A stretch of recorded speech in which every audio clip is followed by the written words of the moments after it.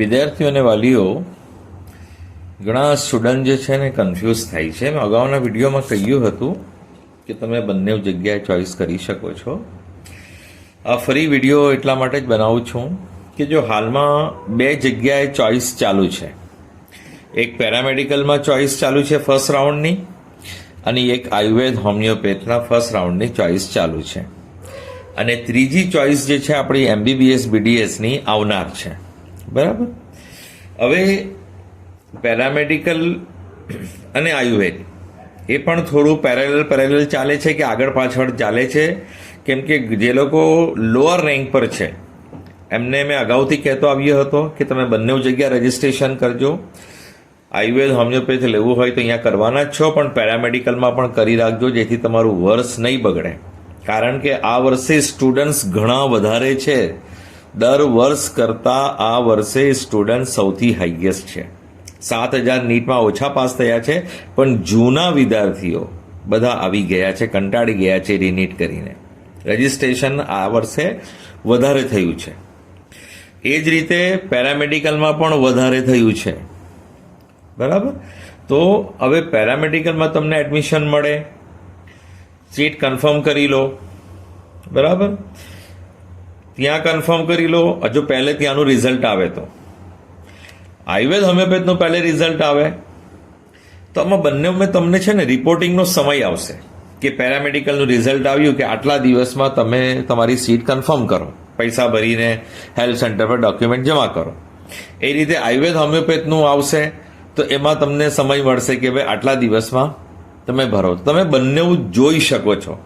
આયુર્વેદ હોમિયોપેથના રાઉન્ડમાં તમને શું મળે છે રિઝલ્ટ આવે પછી, અને પેરામેડિકલમાં શું મળે છે એ રિઝલ્ટ આવ્યા પછી તમે જોઈ શકો છો. જો હવે મને ક્યાં મળે ક્યાં નહીં મળે એવી વાત જ નથી. હવે ચોઇસ ફિલિંગ આવી છે, ચોઇસ ફિલિંગ કરો તમે.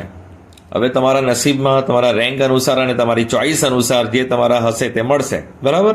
તો હાલમાં હવે તમારે ચોઇસ ફિલિંગ જ કરવાની છે. વારંવાર એક જ પ્રશ્ન મને ક્યાં મળશે શું મળશે.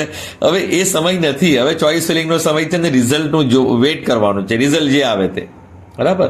તો પેરામેડિકલ અને આયુર્વેદ આ બંનેનું રિઝલ્ટ આગળ પાછળ આવશે. બંનેની ચોઇસ સાથે સાથે જ ચાલુ છે. બરાબર. તો તમે શું કરજો કે બંનેનું રિઝલ્ટ એકનું આવી જાય તો બીજા માટે વેઇટ કરજો. કેમ કે કન્ફર્મ કરવા માટે અમુક દિવસ તો આપે ને, 4-5 દિવસ, 6 દિવસ, 8 દિવસ, જેટલા પણ દિવસ આપે. તો તે સમયમાં તમારે જોઈ લેવાનું કે બંને જગ્યાથી તમને ક્યાં મળે છે. જો તમને આયુર્વેદ હોમિયોપેથ મળી જતું હોય તો પેરામેડિકલનું મળેલું તમે છોડી શકો. હા, પણ ત્યાં તમને ગવર્મેન્ટ સીટ મળતી હોય ને અહીંયા મેનેજમેન્ટ કોટાની મળતી હોય ને તમારે ગવર્મેન્ટ લેવું હોય તો ગવર્મેન્ટમાં જઈ શકો પેરામેડિકલમાં. એટલે તમારે ત્યારે વિચારવાનું છે બંને રિઝલ્ટ ડિક્લેર થયા પછી કે તમારે આયુર્વેદ હોમિયોપેથમાં જે સીટ મળી છે એને કન્ફર્મ કરવી છે કે પેરામેડિકલમાં જે સીટ મળી છે એને કન્ફર્મ કરવી. કેમ કે તમારા ડોક્યુમેન્ટ્સ કોઈ પણ એક જ જગ્યાએ જશે. બંને સીટ તમે એક સાથે કન્ફર્મ ના કરી શકો. બંને જગ્યા માનો તમને મળી જાય, જો બંનેમાંથી એક જગ્યાએ મળશે તમે એક જગ્યાએ કન્ફર્મ કરવાના જ છો.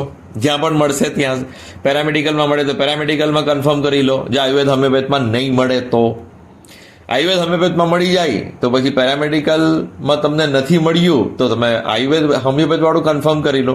પણ માની લો બંને જગ્યા તમને મળી જાય છે, અહીંયા પણ તમને મળે છે અને પેરામેડિકલમાં પણ મળે છે, તો હવે તમારે નિર્ણય કરવાનો કે બેમાંથી મારે કઈ કોલેજ લેવી છે.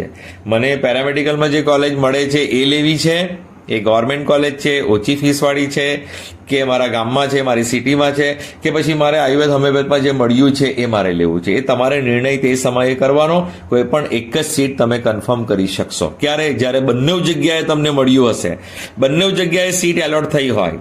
આયુર્વેદ હોમિયોપેથમાં પણ સીટ એલોટ થઈ હોય, પેરામેડિકલમાં પણ સીટ એલોટ થઈ હોય. તો બંનેમાં જે સીટ એલોટ થશે તો તે વખતે તમારે વિચારીને કોઈ પણ એક જગ્યાએ એડમિશન કન્ફર્મ કરવાનું રહેશે. અને માની લો તમને આયુર્વેદ હોમિયોપેથમાં નહીં મળ્યું, પેરામેડિકલમાં તમે કન્ફર્મ કરી લીધું પૈસા ભરીને, અને પછી સેકન્ડ રાઉન્ડમાં તમને આયુર્વેદ હોમિયોપેથ મળે તો પેરામેડિકલનું એડમિશન તમે કેન્સલ કરીને આયુર્વેદ હોમિયોપેથમાં આવી શકો. ત્યાંથી ડોક્યુમેન્ટ મળી જશે, એ ડોક્યુમેન્ટ અહીંયા જમા કરાવી દેવાના. પણ પેરામેડિકલની ફીસ તમને 6 મહિના પછી મળશે. આયુર્વેદ હોમિયોપેથમાં તમારે નવેસરથી ફીસ ભરવી પડશે. આ ત્રણેય કાઉન્સેલિંગ જુદી છે, ત્રણેયની ફીસ જુદી જુદી જ જશે. ત્રણેય એક સાથે એડજસ્ટ થશે નહીં. પેરામેડિકલની ફીસ પેરામેડિકલમાં જ રહેશે, ત્યાંથી જ તમને રિફંડ થશે. આયુર્વેદ હોમિયોપેથની ફીસ આયુર્વેદ હોમિયોપેથમાં જ રહેશે, ત્યાંથી જ તમને રિફંડ થશે જો તમે એડમિશન કેન્સલ કરાવશો તો. બરાબર, આ બે વસ્તુ સમજી ગયા. પહેલે પેરામેડિકલ અને આયુર્વેદ હોમિયોપેથ. એ જ રીતે હવે તમે એમબીબીએસનું ચોઇસ ફિલિંગ આવવાની છે. તમે આયુર્વેદ હોમિયોપેથની હમણાં કરી રહ્યા છો, તો તમે એમબીબીએસ બીડીએસની પણ ચોઇસ ફિલિંગ કરી શકો છો. કારણ કે આયુર્વેદ હોમિયોપેથ અને એમબીબીએસ બીડીએસનું રજીસ્ટ્રેશન એક જ સમયે થયું હતું, એક જ પિન વડે થયું હતું. તો હાલમાં પહેલા રાઉન્ડમાં તમે બંને જગ્યાએ ચોઇસ કરી શકો છો. એટલે પહેલા રાઉન્ડ આયુર્વેદ હોમિયોપેથમાં પણ અને એમબીબીએસ બીડીએસના સેકન્ડ રાઉન્ડમાં પણ તમે ચોઇસ કરી શકો છો.